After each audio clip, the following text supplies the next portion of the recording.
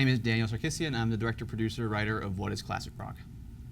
I'm J.J. French from Twisted Sister, and I appear in the documentary What is Classic Rock. The whole film is an exploration of what is classic rock.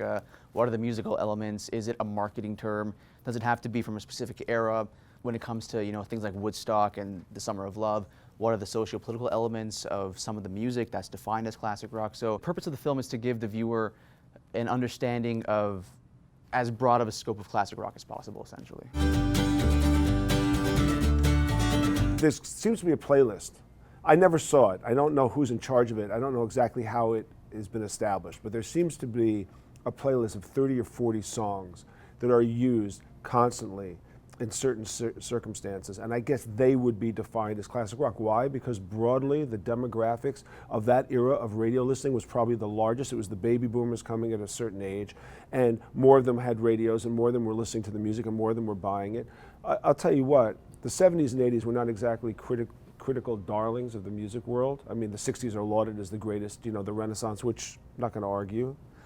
But the 70s were not, and corporate rock gets annihilated by that. The Foreigners, the Kansas, yet you can't argue that that's classic rock, like right down the middle, like Bowling Alley, REO Speedwagon, these are classic rock bands. But critically, they're derided.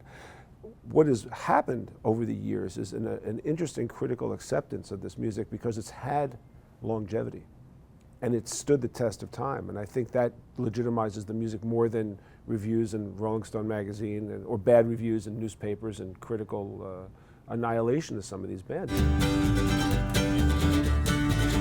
A couple of years ago in Toronto, I heard Pearl Jam playing on classic rock radio, which I love Pearl Jam, but I don't consider that classic rock. Maybe there's a bit of a vibe to it, but I really think classic rock has to do with an era. And if they are classic rock, maybe it's the very end of it, but I still think that's a bit of a stretch. And so last summer, I had the opportunity to make a short film about a radio station in Toronto, which kind of expanded, just naturally and led to this. So I feel very fortunate to be here at Cleveland right now, premiering the film. Well, Smells Like Teen Spirit killed off the hair bands. I mean, that's one of these grand statements that has been said over and over again in interviews, but I believe it.